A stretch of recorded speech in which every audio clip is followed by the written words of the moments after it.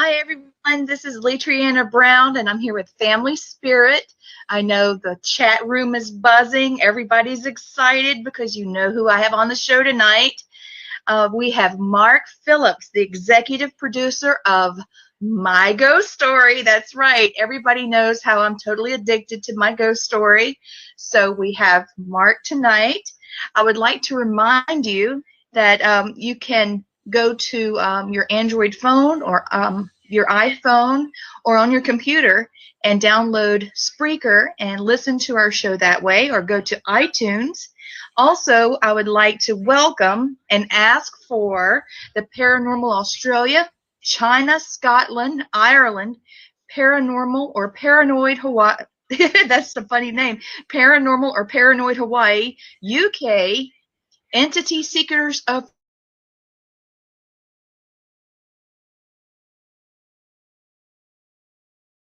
to help us welcome the executive producer of My Ghost Story, Mr. Mark Phillips. I'm here. Everybody in the chat room say hey. They're all clapping. I'm here. It's 6:10 California time. I have a nice glass of red wine to keep me going through your show. Okay, well, I've got my wine cooler, so there you go. They're all saying hi and woohoo. They're happy to have you.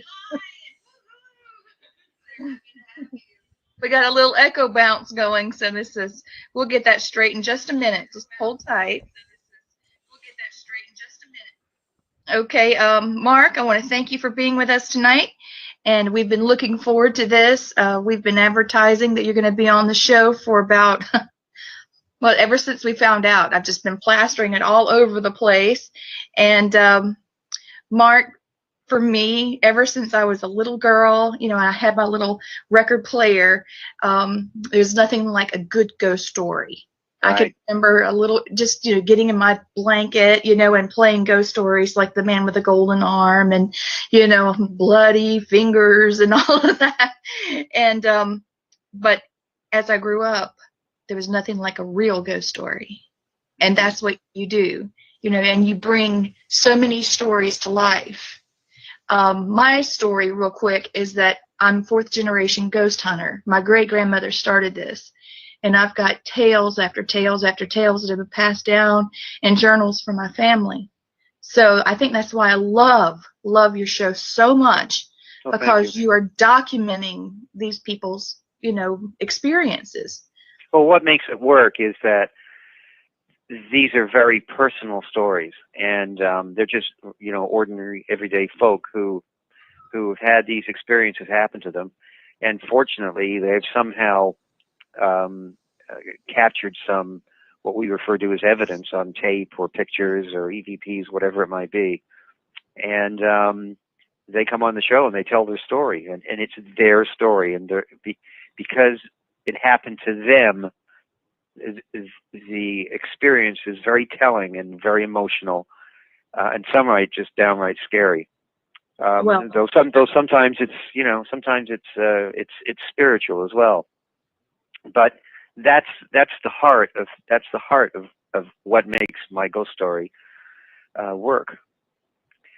Obviously, the fact that we show this evidence, and that has a great deal to do with it. That's a pretty high bar for any other show to surpass. But for me, it comes down to, if I see another show that features a ghost investigation group sticking an instrument into a dark corner of a house, I want to scream and shove a steel pipe up my nose.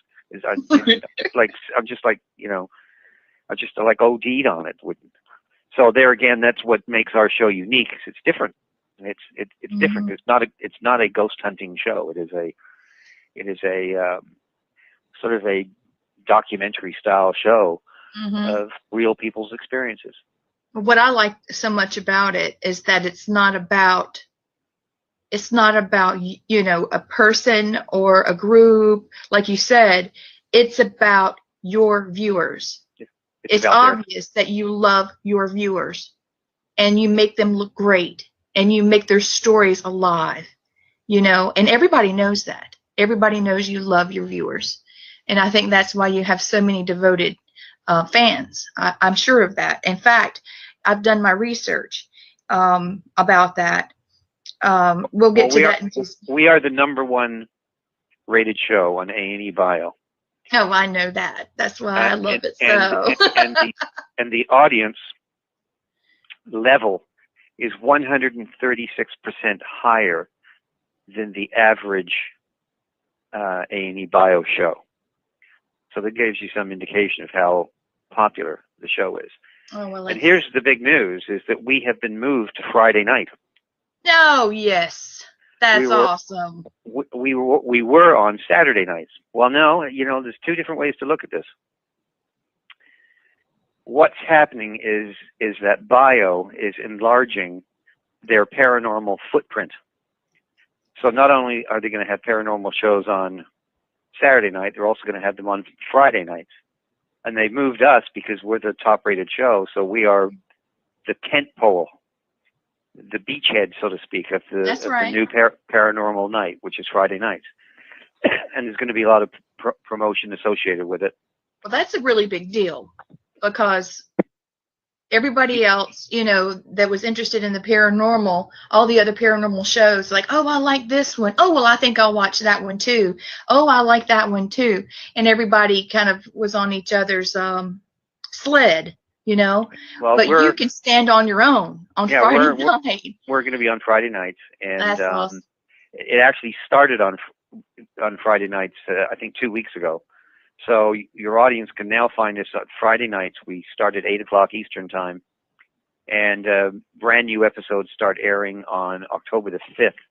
And I believe the first night they're going to have like 2 new episodes, and there's a whole bunch of new ones that we've done, and they're really, really good shows. Okay, so you just made a guy named John really, really, really happy in the chat room. He's going, yes, yes, yes, yes. And so is everybody else. I thought your introduction was interesting. You were naming all of these foreign paranormal stations. I don't know if you know this, but the shows that we produce here for the American market are shown all over the world. I mean, all over the world. They're seen in Southeast Asia. They're seen in Japan. They're seen in Australia. They're seen in New Zealand. They're seen all over Europe, England, Ireland, Scotland, Wales, Israel. It's seen in certain countries in Africa. I mean, it's really taken off for A&E all over the world, to the point where they have actually done a format of My Ghost Story in Southeast Asia. It was made out of oh my gosh! It was made out of Singapore, and I haven't seen it yet. I know it's aired, and it did pretty well, and they're going to be doing some more. But I'm not sure how much evidence they were able to get, or whether they had or whether they had the budget to do it properly. And it was also done as a format in South America, like a Latino version of it, and it's done out of Buenos Aires. There's a lady that's in the chat room asking, where can she see in Australia? Is it on pay TV or? You know, I'm at a loss to tell her. I don't know. Well, but I will get that information for you, so you can stick it, send it to her. Okay. But she might want to know this, that we just had a crew come back from Australia, because in our current crop of shows did I tell you that it's moving to Friday nights at 8 o'clock? In our new crop of shows, we actually have on My Ghost Story stories from Australia. Did you hear that, Melita? Stories from Australia. She's so excited. The one that I saw, I've only seen one of them cut yet, and it's a very scary story out of a prison somewhere in Australia. Oh, she's thrilled. And that's great history too in the storytelling, because you may you may know, I'm sure that your chat room member there knows that many years ago there were many British prisoners that were sent to Australia when they first started populating this, wild and desolate place. And I guess in one of these prisons, there was some really violent stuff that happened, and there's a really interesting story there. We're also doing stories in England and Ireland, Scotland, Wales, Canada. That's amazing. So we now have, we've added some kind of, international stories into the mix.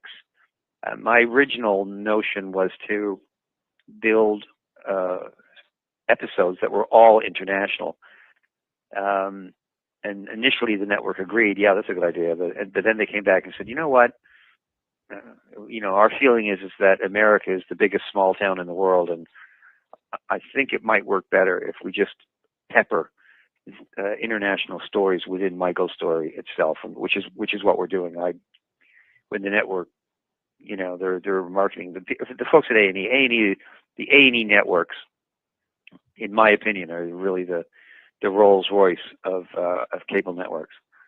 You probably realize that it's A&E, it's History Channel, Lifetime, Bio, and Bio is sort of their newest one. So it's interesting for me to be involved in the building of a network. And as I explained to you earlier, now that we're the tentpole of Friday night, I'm really invested in helping build this network, and I'm proud to do it. The people are great. I'm so happy for you. They treat us great. I'm happy for me. See, because I told you I'm addicted to my ghost story, so I'm happy for me. It started, I had the flu, well, I'm and I happy had to stay home from work, and it was a marathon, and I watched it the whole day, and it's been that way for 3 years. I can't stop. I'm totally addicted.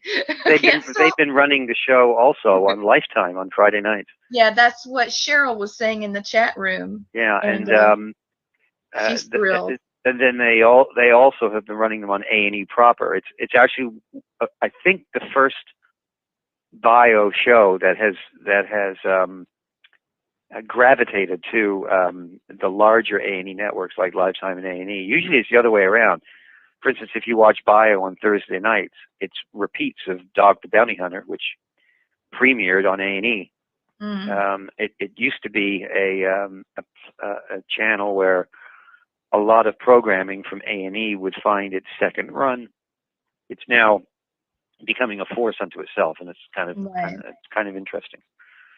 Well, Cheryl from the chat room wanted me to tell you that personal experience and case files are her favorites, and she believes that she's, it's not just her. She believes that she's sort of tired of just, investigation style shows. She likes personal experience and case file shows. And she does have a few that she likes, but that's why she is like me. She loves what you're doing. Let me tell you how it started. Well, that's what I was about to ask you. You read my mind.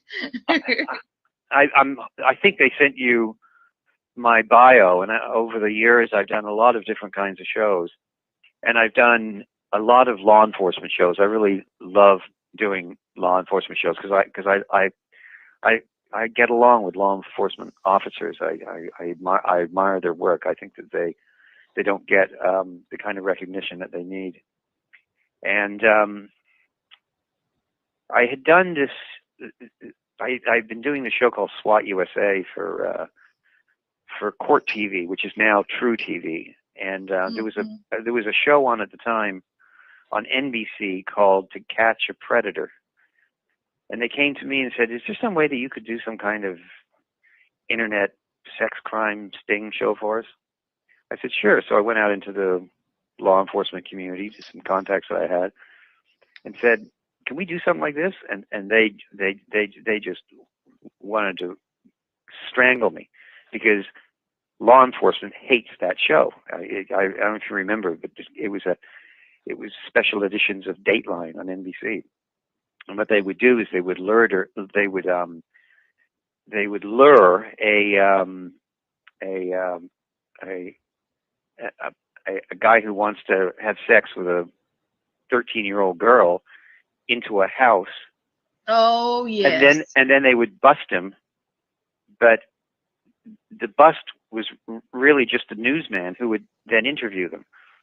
And law enforcement officers hated it because their first instinct is when they catch somebody who's doing that, they take them down to the floor, handcuff them, and drag them off to jail. That's as opposed to interviewing them.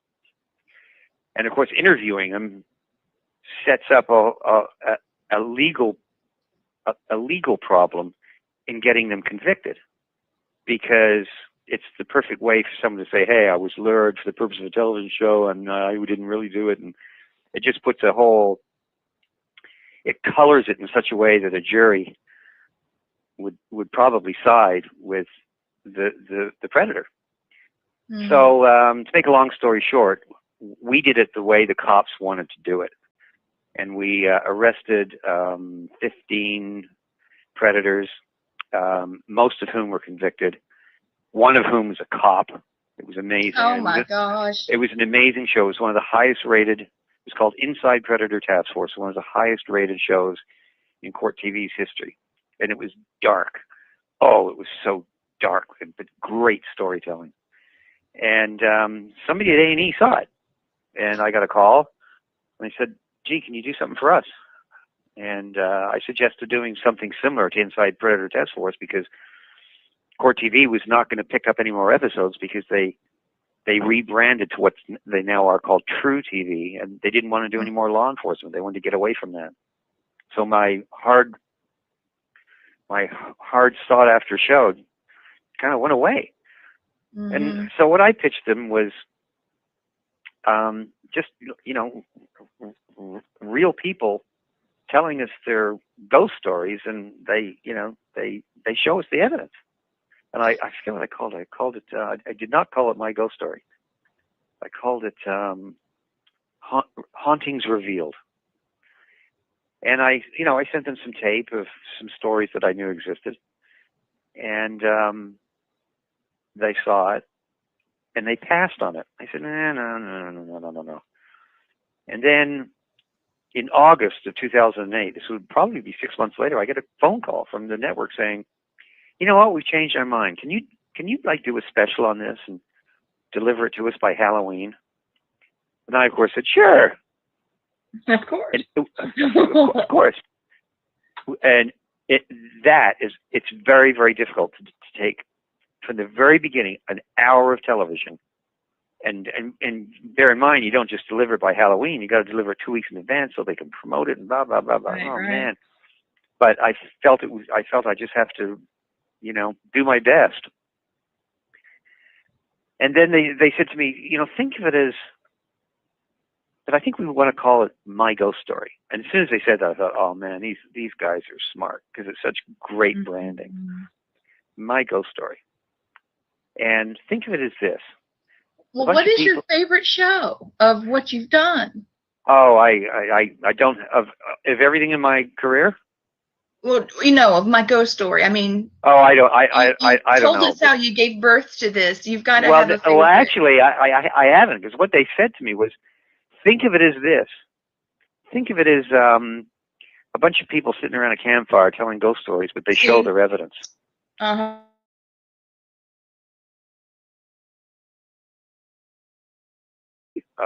On air, that it looks like the storytellers it looks like they're sitting in front of a dark, gloomy sky, and you can see on the lower right and the lower left of the screen, you can see sort of like an orange glow coming on and off, and that's the campfire. I mean, I literally took their advice and said, okay, that's how we should do it. But I didn't do that for the first one, because I didn't have time to kind of think it through. But we made it, and I didn't really have the right people involved in making it. And we delivered it, and in order to get the stories together, it was kind of low-hanging fruit that I picked. And it went on Halloween and got a great number. But the head of the network didn't like what it looked like. Oh. He just didn't like what it looked like, and he was right. As I was delivering it, I was going, these are okay stories, but this is not really what I want it to be. I don't have time to make it the way I want to make it. So the network, the exec that I reported to, sort of got down on hands and knees and said, listen, Mark thinks that it was difficult to deliver that fast. Let's have him do another special. So I brought in some other personnel to help me make it.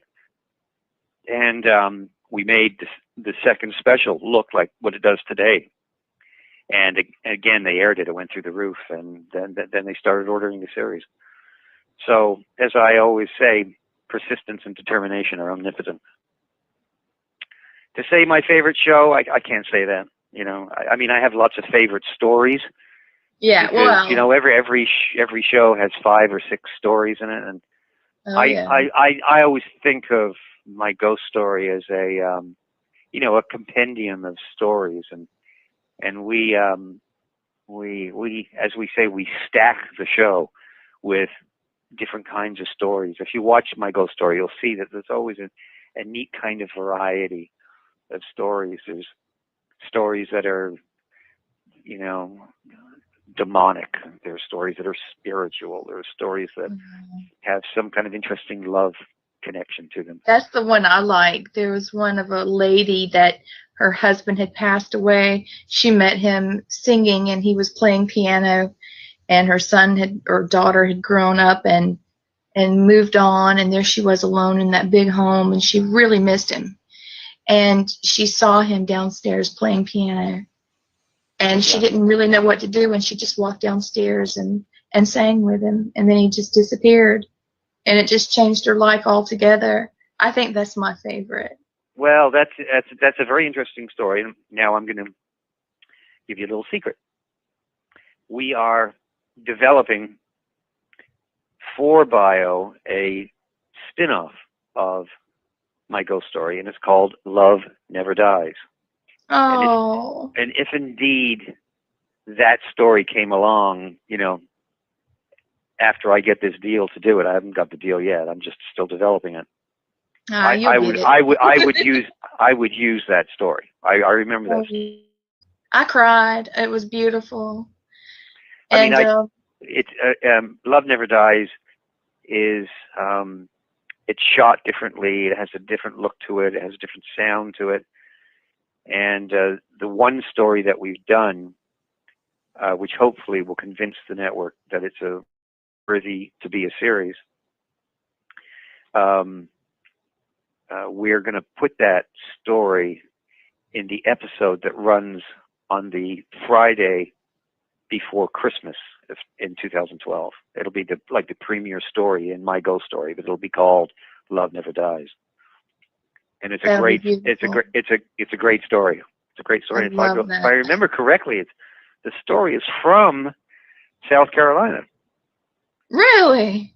Yeah, the story is from South Carolina. It's a very nice African American family. When the mother died, they all sort of argued among themselves and didn't talk to each other, and they split up and went all their different ways. There were 4 siblings, and then lo and behold, near Christmas time, in the house that where she lived, which they captured all these interesting pictures and video and EVPs that they believe was their mother. So then the whole family gets together at the house, and they all look at these videos and stuff together, and they, it's like she brings the family back together again from beyond the grave. It's a very touching story. That is beautiful. I love that kind of story. It's all in the storytelling. I totally agree. I don't like it exists, the negative, the demonic, or the benevolent, but I like the ones where, there's always something beautiful, something touching. I did an investigation, and a lady had committed suicide because her husband had been killed, and come to find out they had found each other, and they were living together. And I was, investigating, talking to the both of them. They had found each other, Oh, it was so beautiful, You got any evidence? Oh, sure. Then you should come But on the show and tell that story. oh gosh, I cried. I was so happy. And the thing of it is, when I looked at the hotel where she committed suicide, her name was on the registry. I was able to prove everything. It was Right. beautiful. I cried. I didn't want to leave them, you know. They were beautiful. Well, dude, I'm serious. If you have some evidence on that, you should give us a call Oh, well, thank and, you. I would and come on love the it. show. By the way, now that we're on the subject, if anyone in your audience has a terrific story where there is evidence, pictures, Yeah. videos, EVPs, so forth and so on, even hard tactile evidence, which sometimes exists. For instance, your registry, that would be a piece of tactile evidence. Mm-hmm. They can reach us two different ways. They can go to the bio website, and there's a link there where they can submit their story to us.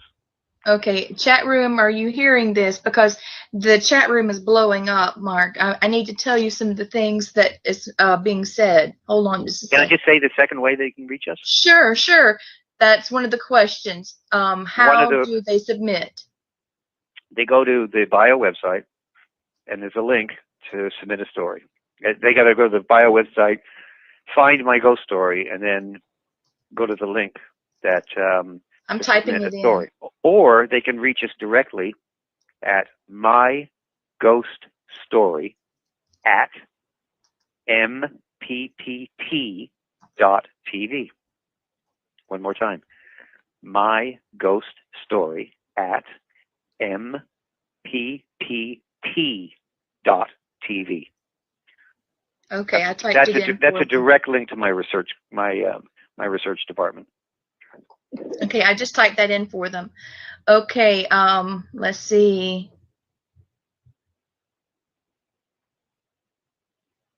Okay. The lady from Australia is just thrilled. Ryan says, cheers from England. We love your show. And Cheryl says, cheers from California. I think we love you more. Mark, you are the bomb in England. And then I had to tell him, hold on, I'll tell him in a minute, because they were, really starting to take over the show. Well, you should tell them that I'm English.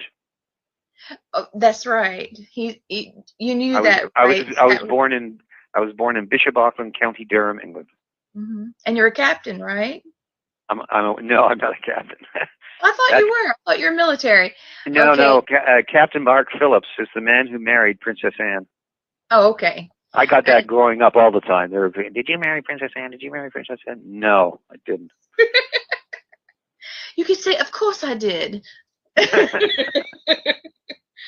Okay. Hello from Massachusetts. My ghost story. Wondering how I could submit. So I've already told you.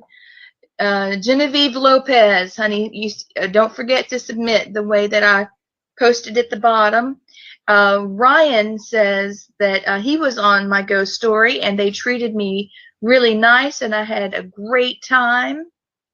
And let's see if there's anything else. I think that's all. But they are really having a blast in the chat room. So you did you know that my producer sent 10 stories and people to you through Chris Sanders and they all made the show? Who's that? Who's saying that? Kevin DeMaria. Oh, really? Mm-hmm. Good, yeah. I mean, when we see a good story, maybe your audience would like to know the process of how it happens. Well, see, I've noticed that everyone is very polished and well-spoken on your show. And I know that you're going through a process with them. Yeah, well, the process through Skype and everything like that, making sure everything's scripted. So that's why they look so fantastic. Yeah, we once we find what we think is an interesting story with interesting evidence and that has some kind of, historical sense to it, or a spiritual sense, or a family sense, a love sense, an animal thing, we then ask them we send them a list of questions, which we have them answer either on Skype or they turn their flip phone on and their flip camera on, and they send us the tape. So we have a sense of what they look like and and if they're good storytellers. And 99% of the time, they are. Sometimes there's been instances where people have turned up. Well, I'll get into that later.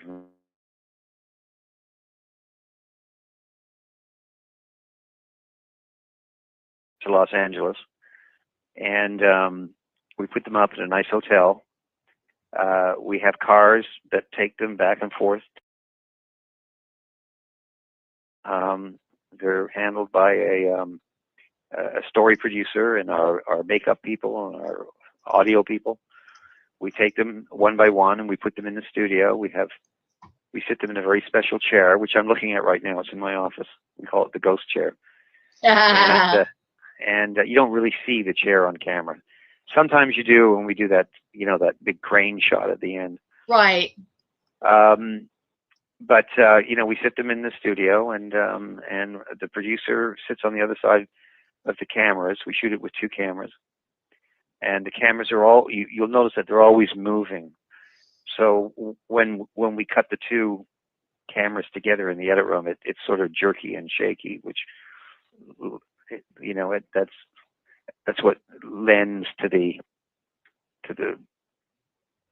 sometimes the scariness of it. Yeah, it makes it the anticipation.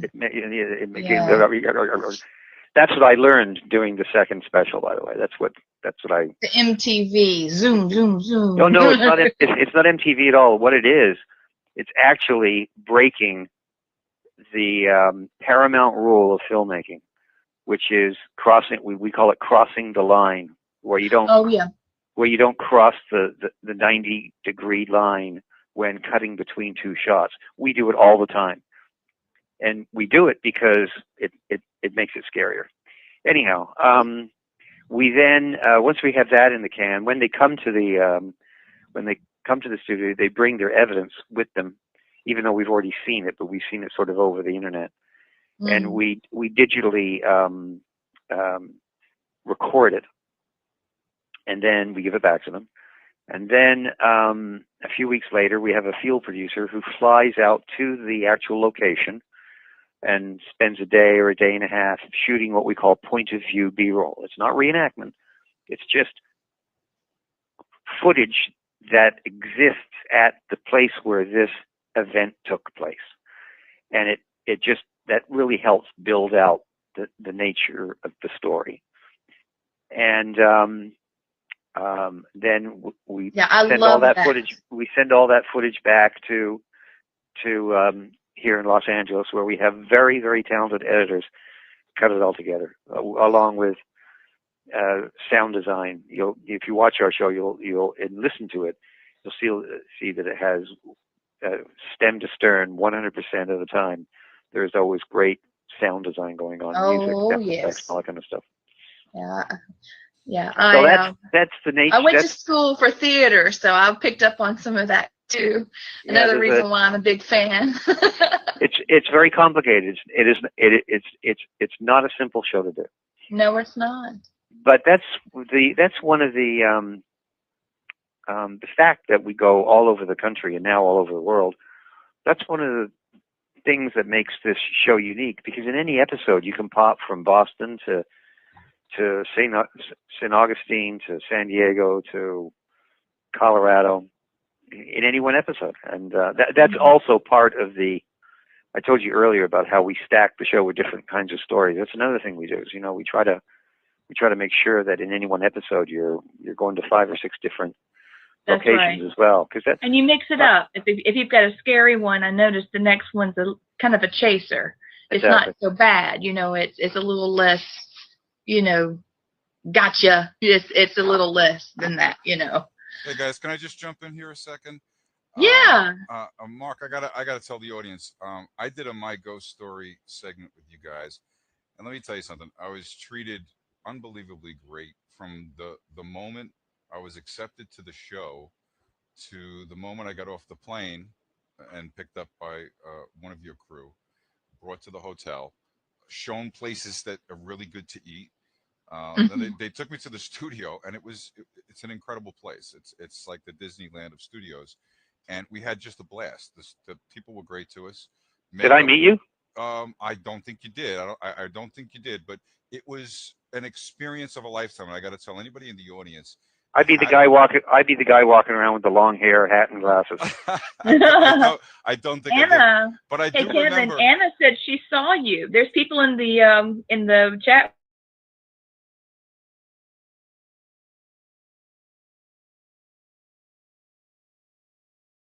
Family in England where it was playing, and I was like, really? And but let me go back to my ghost story. The staff was just incredible. Chris Sanders, who is now a really good friend, just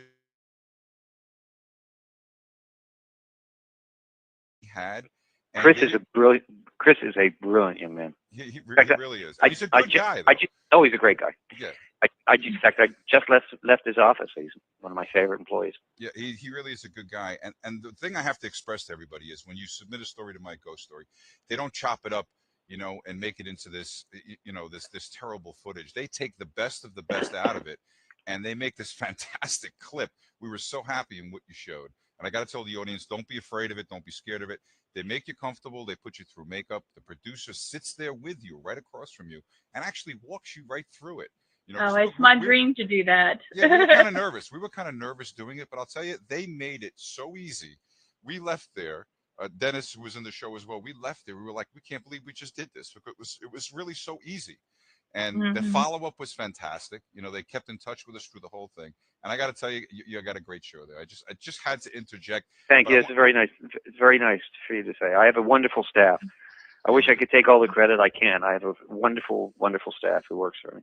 Well, I have I have a very loyal staff as well, because I try to manage through inspiration, and that you do. And it seems to be working. Well, they don't have a bad thing to say about you. Let's put it that way.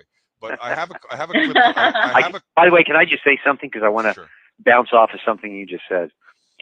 There's a show on Sci-Fi called Truth or Fiction, Fiction or Truth. Truth or Lie, something like that. And what they've been doing is they've been poaching My Ghost Story. They watch My Ghost Story, and they see stories like yours, and they get a hold of you, and It's called Paranormal Fact or Fake. Yeah, that's it. Fact or Fake. Paranormal Fact or Fake. Yeah, but they tear it apart. That's what they do. But that's what they do. They tear it apart. I just want to, and I just learned about this, that they're actually poaching. They're watching our show and going after our storytellers. Thanks, Michaela. I'll agree with you, because I did get a phone call from him, Mark, just so you know. Don't do it. No, they will rip it to pieces. No. It's not worth it. No, I already said no. But from now on, when I'm going to spend a little bit more time in the studio meeting the storytellers, or I'm going to have one of my senior producers do it. Tell everybody who comes to our show, hey, you're going to hear from that show. And they're going to rip you apart. They're going to make a fool of you. Don't do it. Anyways. Well, I have a clip. I have a nail in my craw about that. I just think it's a rotten thing to do. Yeah, it is. And well, it's already hard enough to step out and say what happened. I actually have an email in front of me of someone that was on My Ghost Story that said they didn't think anybody would ever understand what they had been through and how much it meant to them to be chosen and to be able to tell their story and to be understood. And I just want you to know what you're doing, and how much it means to people. A couple of months ago, we were taping at the studio, and I walked into the control room where I can see the monitors of the of the studio of what's being shot, and I see a woman in a police uniform, and it's not that she's just a policeman. She's the chief of police of a small town in the Midwest. Can you imagine what she went through? Because she so believed her story, and it was great evidence, security camera footage. It's an amazing story that just fit with some piece of history that happened in that particular police station. Can you imagine being the chief of police and coming on and telling your story? And get this, her husband is also a police officer. Hmm. We've had a number of policemen come on the show, and people in various walks of life who really had to come to a big decision to say, gee, do I want to share this story? Because there's some people who are going to think I'm nuts. But that's, in a way, part and parcel of the tension of this show. And I'm going to take you back to the very first point that I made, that these are personal stories. So when somebody's coming forward and revealing something that you think, why are they revealing that? That's what makes it so dramatic. Well, I want to ask you something. I know that you have an analytical background. I saw in your bio about Sea Hunt, and I know that you have to have an analytical background because your background is in filmmaking, and so you have to analyze the best way of approaching things and scripting things and portraying things. So actually, most of my life, most of my career, and I started very young. I started when I was 19 years old. I got my first job when I was 19. I have always done what's referred to these days as reality or actuality. That's what I like to call it, or alternative programming. Nice. I've done very few scripted shows. As you know from reading my bio, which your audience might want to know, I was born in England, but I grew up in Canada. And in Canada, that's all we did, because that's all we had the money to do. So when I moved to America, I worked on game shows, and I quit because I wanted to be a writer. I mean, I wanted to write TV movies and movies.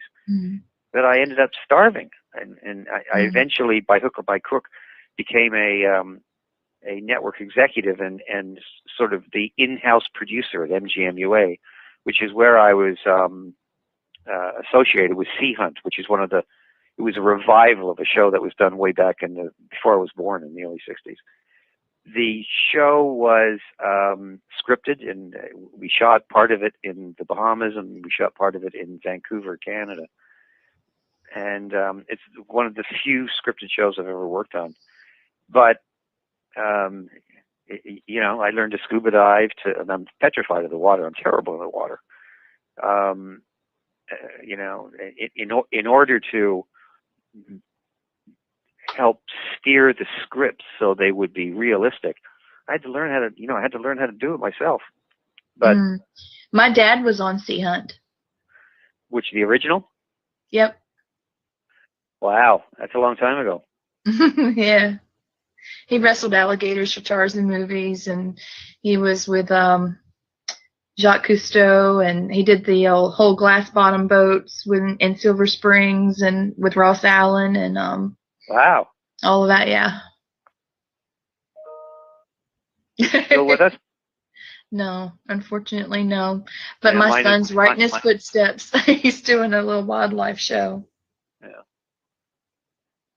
Well, I really appreciate all the nice things that your producer said about the show. Well, it's not just him; it's everybody.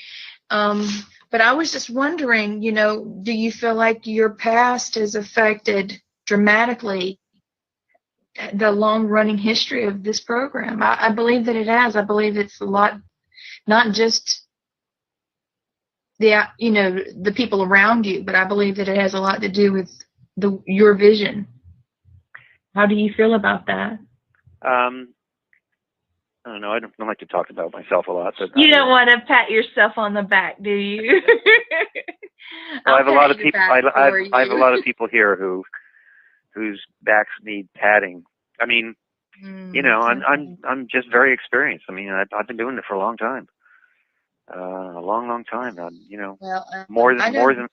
More than 30 years. I mean, I'm sitting in my office right now. I'm looking at my glory wall, I call it, because I had the logo for most of the shows that I've been involved in front of me, and I look at it and they're in no particular order. They're just all on a big wall. Well, we've got a surprise for you. We have the clip about you with the penny story. Oh, right. So we're going to show that. Okay, I was going to say, why didn't I just tell the story? Well, I thought we could go to break and let people watch it. Oh, okay, great. And when we come back, I have a question about it. So let's go to break. And How long's the break? Enjoy this. Kevin, how long is the clip? 2 minutes. No, how long is the break? 2 minutes and 30 seconds is the clip, and I'll run one more after it. She'll have about a 6-minute break. Okay, thanks, Kevin. Perfect. Thanks. All right. Everybody stay tuned. Mark Phillips will be back in about 6 minutes. Ghost stories. I've seen a lot of bizarre and strange stories on the show, and I know that a lot of strange things have happened to a lot of the people who worked on the show, including me. One incident that really stands out was last season when we were interviewing a woman by the name of Denise Schneider. Short form of the story is that her son was born in 1977 and subsequently passed away. Since the time of his death, 1977 pennies have appeared at monumental times in her life. And I was watching the story and I was thinking that I really connected to it because I'm constantly finding money. It's happened to me all my life, and there's a superstition that my dad passed on to me, which is to always pick it up and put it in my left pocket and leave it in my left pocket for a while and then slowly put it into a box and save it. As she was being interviewed, I went out to my car to get something, and on the way back in, I saw a penny. And I picked it up, and lo and behold, it was a 1977 penny. And I went in, and as soon as Denise got off stage, I took her aside and said, "You're not going to believe this, but I just found a 1977 penny." And I gave it to her, and she flipped out. She completely flipped out. She wouldn't let go of me. It was an amazing experience. Ghost stories. Ghost stories. Something evil is in the house. It was terrifying. We were just scared out of our mind. It takes your breath away. There's just spirits coming through this house all the time. Are you here with us now? Can somebody talk to me? Can they? Did you see that? The chair flipped. Hopping right up to me and then just stopped. I was absolutely horrified. It looks exactly like a person sitting in there, like they're hiding.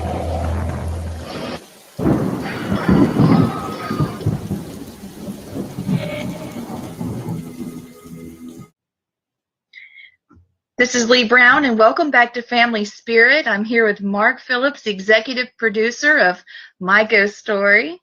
You just saw a clip of my husband talking about the terrible haunted house that he lived in, the very violent haunting.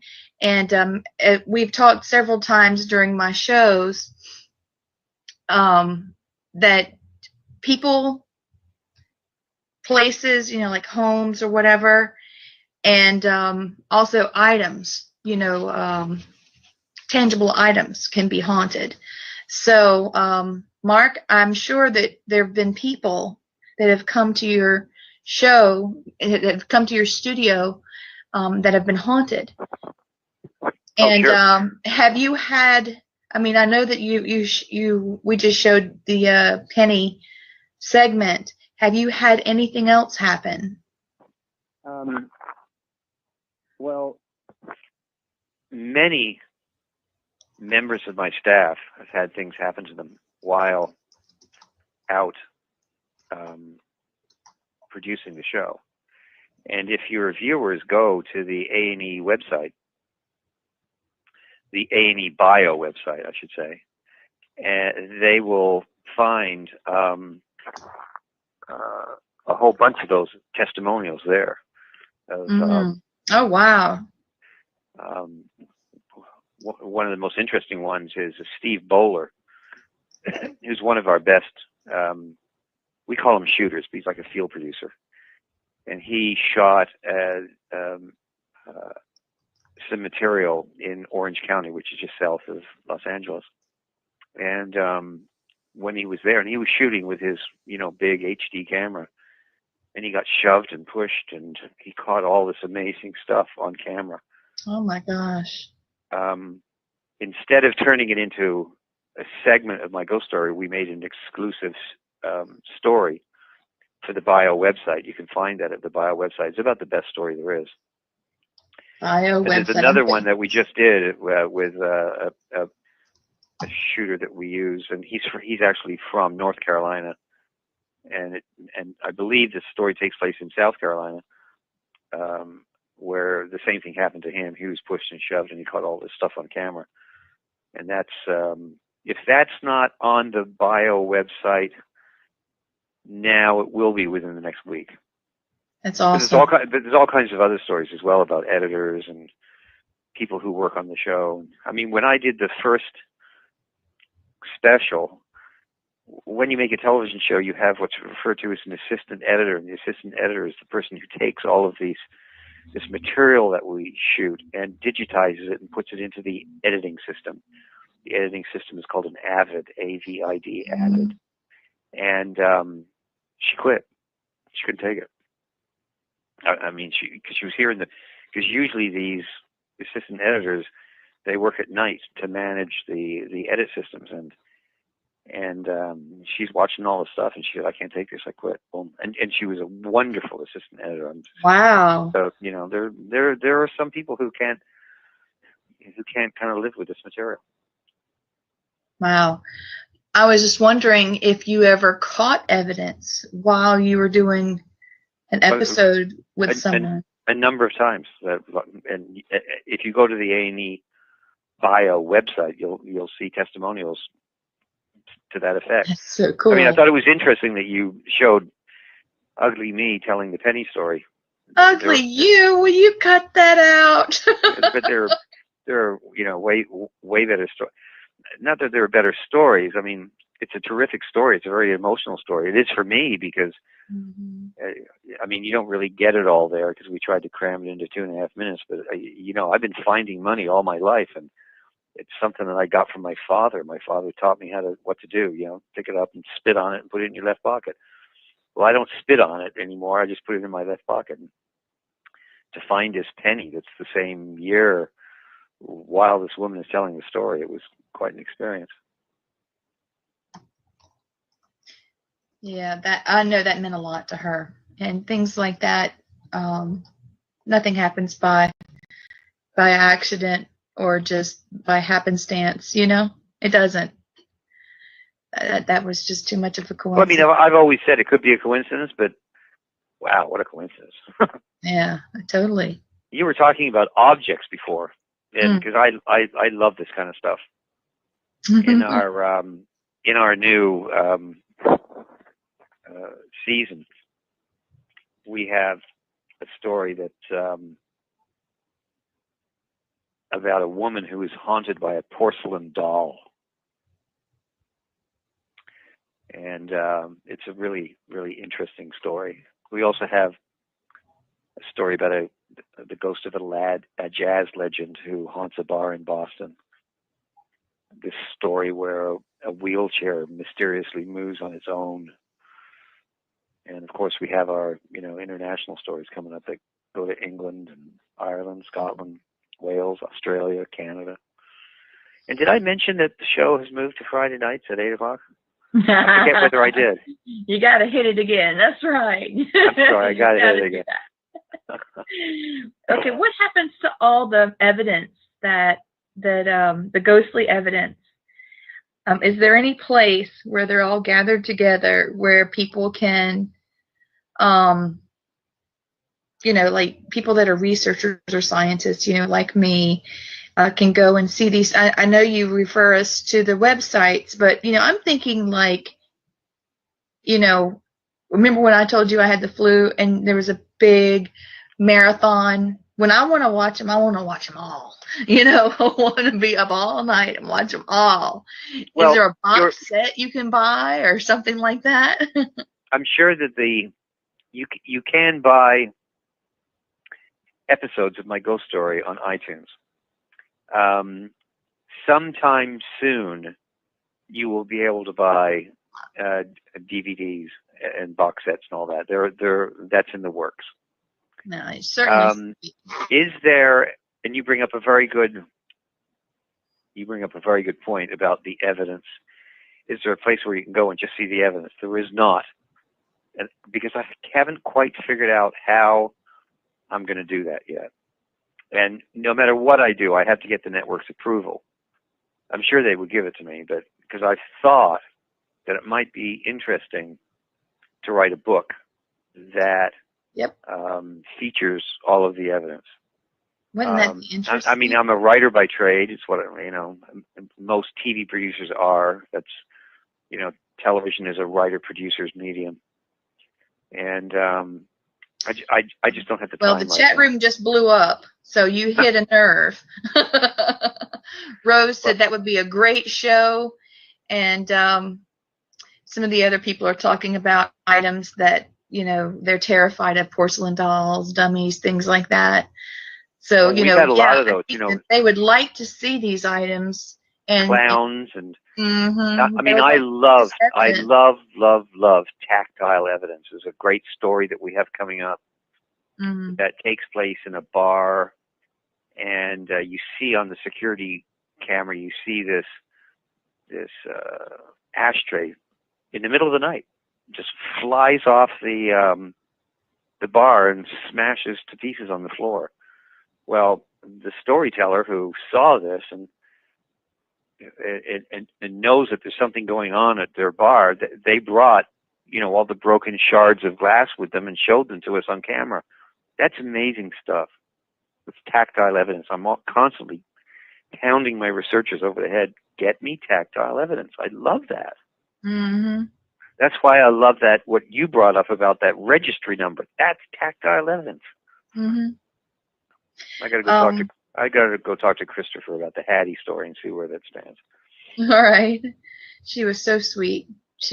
I really enjoyed talking to her, and you know, I had someone with me that was from the Opera House, you know, and she was sitting right there. My daughter was with me, and we sat on the floor and just talked to her, and she was so happy. She never wanted to leave. She was happy right there, you know. She told me the whole story, and here's the thing: I've got the whole story in the genealogy of the town of what happened, and it all came out in the Obulus, and it's all right there in the history. It was just amazing. I felt like I met a great friend. I want to go back and see her, but the hotel's up for sale. I'm terrified.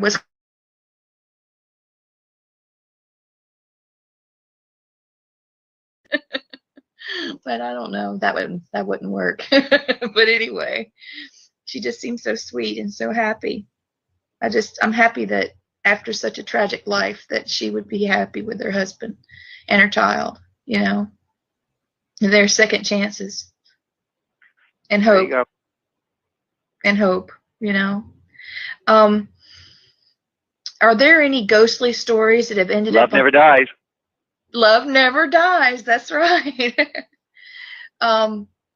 There's a lot of stories here in the South about the Civil War, of people, you know, just waiting for their soldiers to come home. And, you know, I'm doing a lot of research on that. So I don't like thinking about that with my husband just coming back.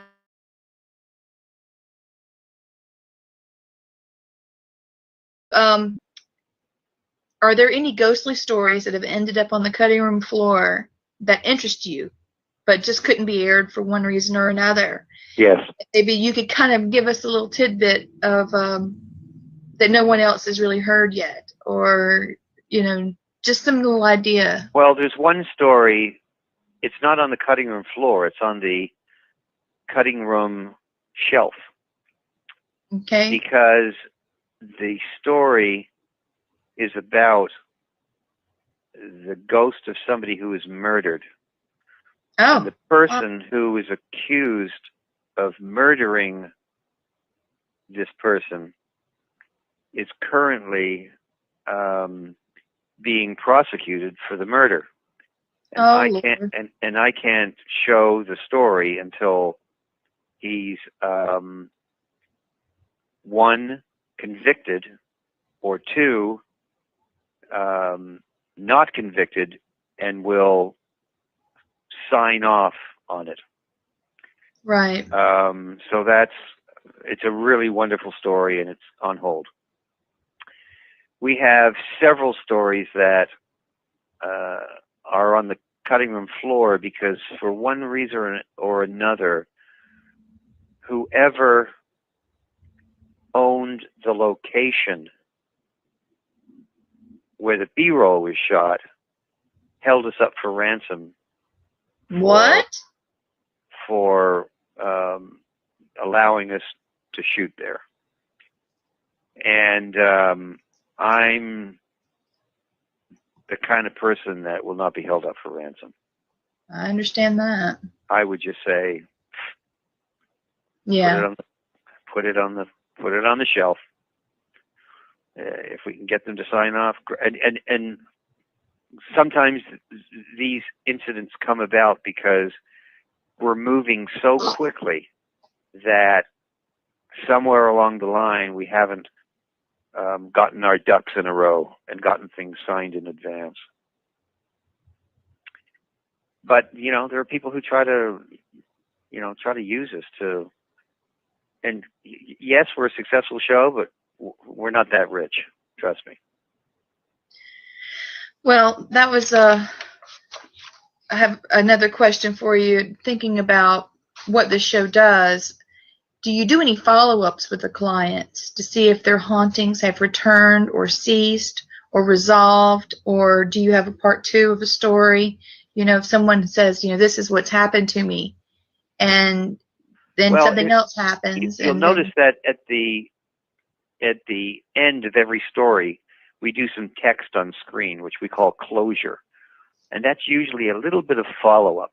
Right. But that follow-up is really 2-3 months after they've taped the story in the studio. Have we gone further than that? No. Will we? We might. Well, I want to see how this thing develops and how long the network wants to do it. Right. I was thinking about working with the demonologists that I work with. We have to follow up a lot. Right. To make sure that they're doing well and where their mindset is, and ask them to keep that's part of my notion in doing a show on possession. Mm-hmm. I really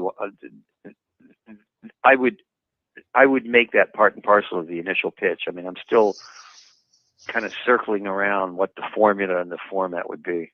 Mm-hmm. I mean, I understand what the formula and the format of Love Never Dies is. Because it's such a natural progression from my ghost story. But the possession show, I don't have my head completely around what it is. All I know is that the subject matter is fascinating, and I think that any network who knows what we do would say, "Oh, Phillips and the guys could do this." It just takes observation before you finally diagnose whether, according to what I've been taught so far, whether you do a deliverance or an exorcism, and then follow up to make sure that that they don't need another. I don't know. All I know is that we have done a few possession type stories on my ghost story. Mm-hmm. And they've all been very difficult. The participants have been sometimes very difficult to deal with. But somehow, I'll figure it out. I'm working on it. I'll figure it out. Yeah, you'll get your mind around it. It's getting with people that know the process, and then put that brilliant mind of yours in it, and it'll work out. Okay, here's I gotta pat you on the back again. Come on. Okay, I have another question. I've been thinking, I think a lot.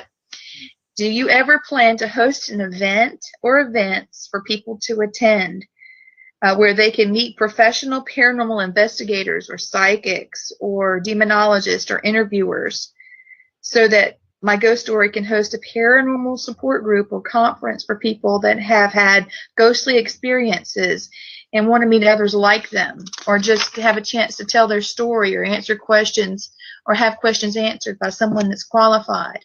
Maybe it'd be a good way to you know what? Off the top of my head, I have to say I would probably never, ever do that. And here's the reason why. I'm not a paranormal investigator.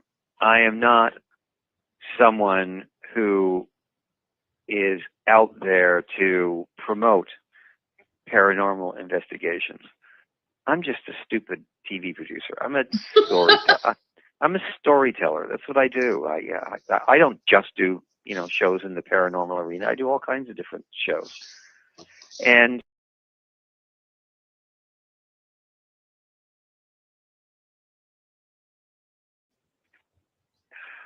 like a prig. But that's what I do. I tell stories. That's what I've done all my career. And for me, it's all about good storytelling. And so I stay away from, being aligned with or promoting or having some kind of other interest in the paranormal world. To me, it's just storytelling. And if somebody has a good story to tell, no matter what the subject matter is, I'll find a way that it gets onto tape in the most professional and well-told manner. So, off the top of my head, I would say, that's really not for me. That's not what I do. What I do is make TV shows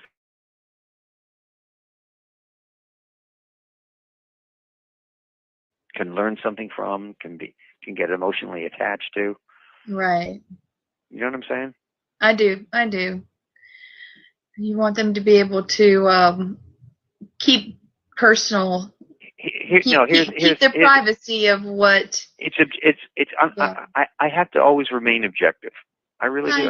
I have to remain objective. That's part of being a good storyteller. You have to remain above the fray and know that you're just telling these people's stories. I mean, I don't want to get into. I mean, we vet them. Yeah, we vet. I told you and Kevin's about something that happened with one of our storytellers, which I don't want to talk about on air. But you're. No, of course. I don't even know what you're talking about. Your viewers and listeners should know that we do our best to tell the stories that people come to us to tell, and we make sure that what they're telling us really happened, and that the evidence that they have brought to us has veracity to it. Right. Well, I've talked to a lot of people recently, that I knew were paranormal investigators that have been on my ghost story. But this one guy that I talked to was just an everyday guy. And he'd had some things happen. And he set up a camera and he caught some evidence. And this is his quote. To this day, I find it very difficult to talk about what had happened in my apartment. I didn't tell but a few close friends what was going on in my home because I was scared. I was scared how others would look at me or judge me. These people have the opportunity to tell their story on your show. So what he was saying was these people, your clients, have the opportunity to tell their story on your show. And he wanted to thank you for that opportunity because it gave him the chance to be with other people and tell his story all at the same time, so that he was able to get this out.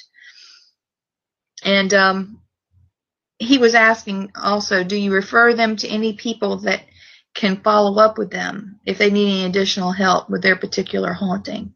Do you have a Rolodex of people? Hey, call this guy. No, that's another show. And okay. Would I do that? I don't know. I sort of have my hands full right now. I understand. But you know what? That goes back to my story earlier of the woman police chief. I mean, come on. Yeah, that's true. So when is the show gonna be? Oh, did I tell you? It's now my ghost story moved to Friday nights on A&E Bio at There you 8 go. o'clock. It's at 8 o'clock Eastern time, and it basically runs like 3 or 4 times on a Friday night. Especially if you're on the West Coast, now it's on at 5, 6, 7, 8, 10, and 11. I mean, it's crazy. We've seen so many changes in paranormal television lately. I mean, so many changes. People coming, going, new shows, old shows changing, things like that. What direction do you see paranormal TV heading? I mean, what do you think? You've taken over Friday, so I know you see that it's going to be growing. But well, I mean, I think that it's a genre that is here to stay. I think it'll be around for many years to come. And alternative and reality television in the cable world, it breaks down into a lot of different genres, and they sort of ebb and flow. But nothing, nothing helps create more good shows or more new shows than a show in any genre that works. True. So to that effect, I think that there will be more paranormal shows. I mean, I keep hearing about all kinds of them. I mean, I'd like to do maybe a couple more of them, but I'm into other arenas as well. I mean, I just shot a pilot in your neck of the woods in South Carolina, on a show about pay lakes. You know what a pay lake is, right? I'm sorry. A pay lake. No. A pay lake is stupid tonight. It's a whole southern thing. It's very interesting. There are a whole lot of stupid tonight. I'm sorry. There are a whole lot of lakes, especially in the South, right, that are privately owned. Right. And they charge and they stock them with fish. Oh, pay lakes. Yes. Okay. And people come to fish there, and the fish are tagged in certain ways, and if you catch certain fish with a certain tag, or a certain length or a certain weight, there's all kinds of different ways to do it. You win money. It's like a fishing casino. It's fascinating. And I'm developing this for one of the cable networks. That'll be fun. It's probably going to go. It's the tape I've seen. It's hilarious. Okay, now where is this lake? My neck of the woods, right? Well, we did 4 of them.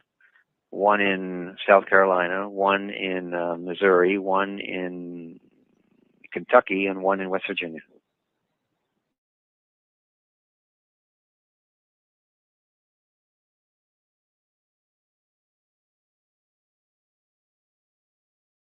Characters who own the lakes and the people who go and fish there. And people try to cheat, and I mean,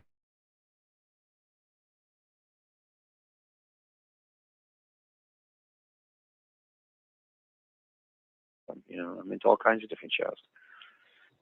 Though I would like to develop a show about battlefields and the ghosts at battlefiels. Oh my gosh! Now you're talking my story. I've seen so many. We've had a number of stories on our show, and the evidence is really compelling, and the history is so fascinating.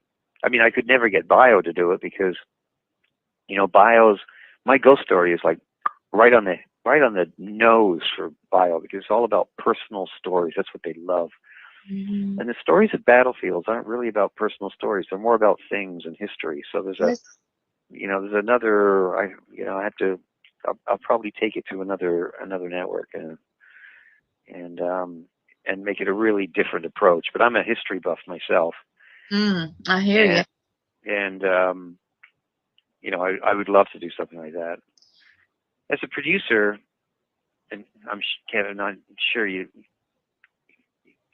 understand this.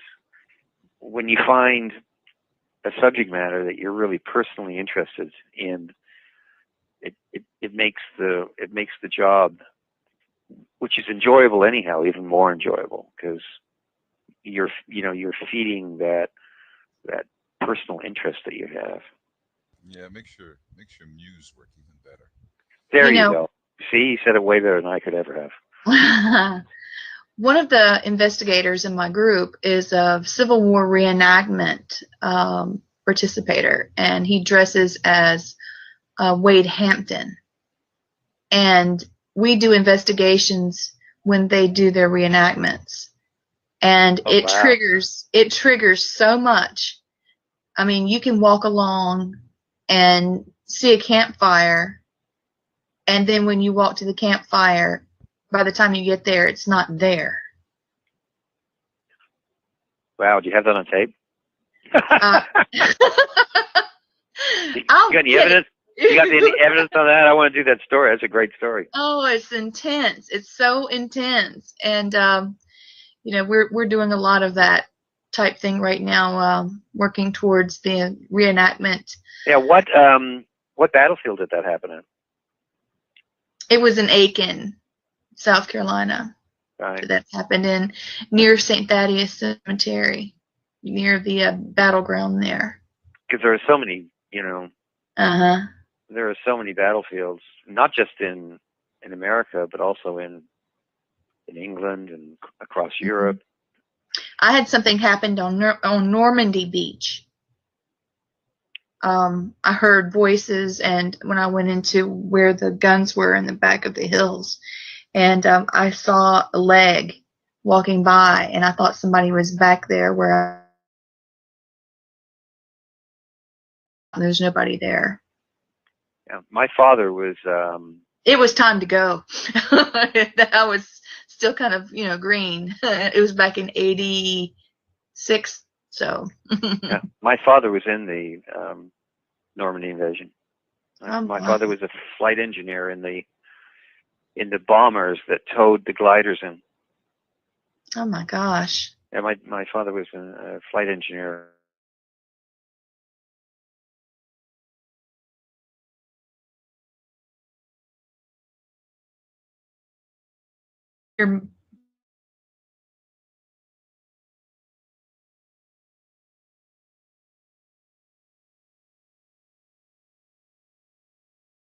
My mind always thinks outside of the cube.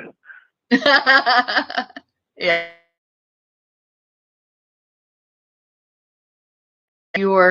With your shows or your personal goals in life? And that's a personal question. I'm just curious. You're a pretty fascinating fella. I'd like to meet a nice lady in my life. I'd like my band to play at least once a week.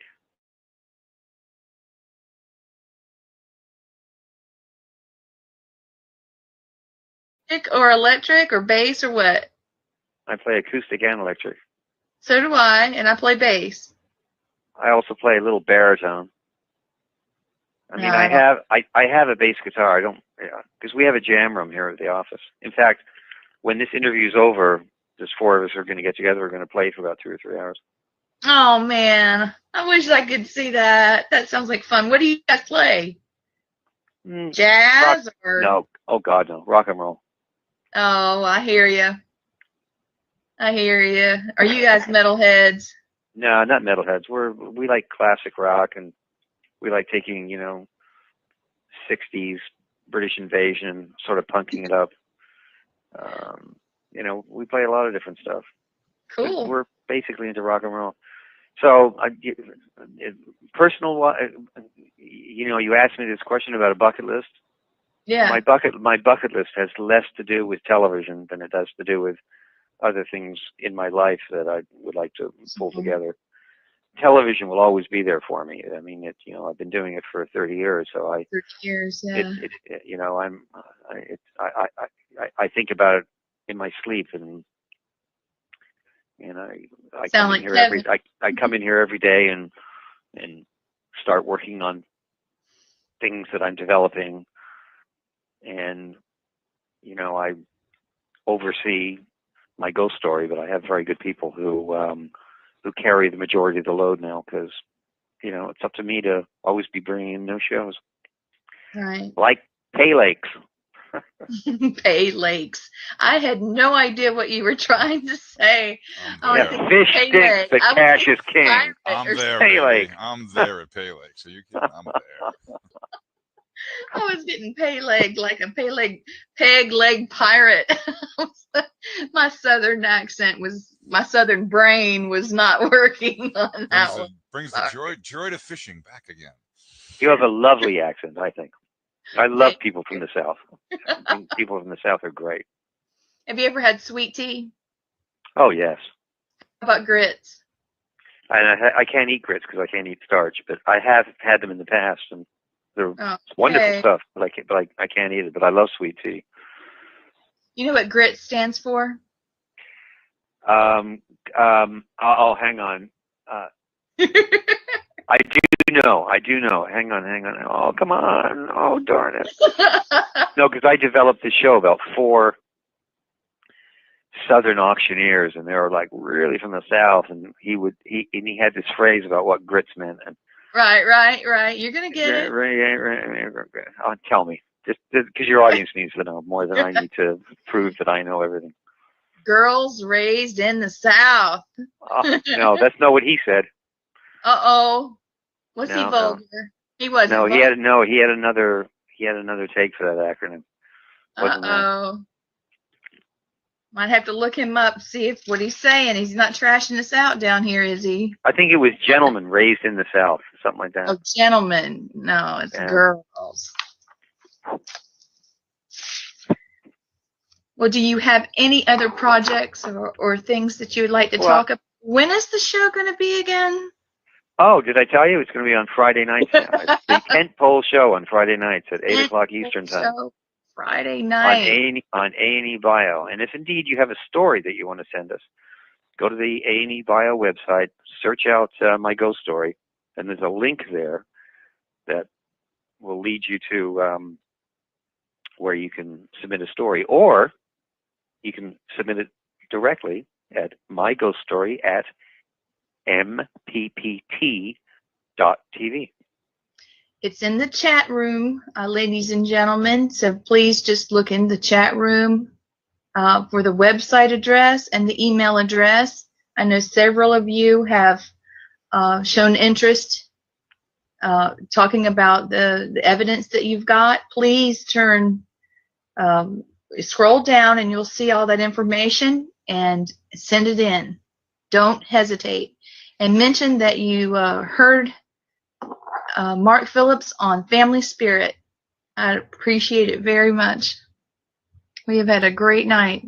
I have really enjoyed having you. It was great talking to you. My ear hurts. I'm sorry. We've been at this for 2 hours.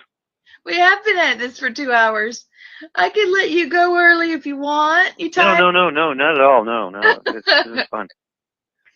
It's fun. What else can I tell you? Well, I was just thinking about the process of how you know, people submit the stories and then they contact you, and then the screening process, and then they're polished and they go through your office, and then they, like Kevin was describing, how they sit there and they are actually they go step by step through everything. So I just wanted to remind everyone that's in the chat room or that is listening. I know that there's thousands out there that's listening. Please don't hesitate. If you have never been on television before, we've discussed this. You can watch a rerun. They walk you step by step through explaining your story. The main thing is that you give them evidence. That's the main thing. The evidence. Correct. And some sort of documentation of what they've experienced, an eyewitness, things like that. And when they come to the studio, if they want to have a beer, we'll buy them the best beer in town. All right. If that makes them Makes them chill out. Right. That makes them feel a little more relaxed. Have you ever thought about doing a movie? No, I'm not in the movie business. I'm in the TV business. TV business? Yeah, I'm in the TV Just business. thought that it would be a great. They're two completely different businesses. Oh, I can imagine. The movie business is a director's medium, and television is a writer-producer's medium. And I'm not a director. I have directed, but it's not what I do. Because I was just wondering, because you've got so many stories that stand out significantly. If you could string them together and behind the scenes of how you set it up, or even do a bio of how Ghost Story came to be, and then certain stories. Yeah, I'm not sure people care. Oh, honestly, I'm not sure. I'm not sure people care. It's the show is what it is, and it's very successful. And I just want the network to keep ordering more, so I can put my daughter through college. So silly. Well, it's true. College costs, doesn't it? College can get very expensive. I know. Well, I want to remind everyone that this show has been recorded and it will run again. Thank you, everyone, for coming to the show tonight. I would like to thank the executive producer of My Ghost Story, Mark Phillips, for being with us tonight. You can always catch our show by listening on Spreaker. Thank you. A lot of the people that are in the chat room are saying, well done. It's an amazing show. Thank you for being with us. A lot of people are saying they're going to submit their evidence. Your show rocks, things like that. So I'm really glad that you were on the show. And I'm glad you had me. It was wonderful. Thank you. And Ann says, thank you, fun, and thanks for being with us. Please feel free to watch the show again.